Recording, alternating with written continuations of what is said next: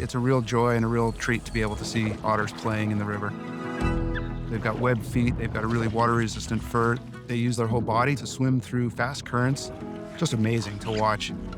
I'm Eric Odell. I'm a Species Conservation Program Manager with Colorado Parks and Wildlife. River otters disappeared from Colorado in the early 1900s.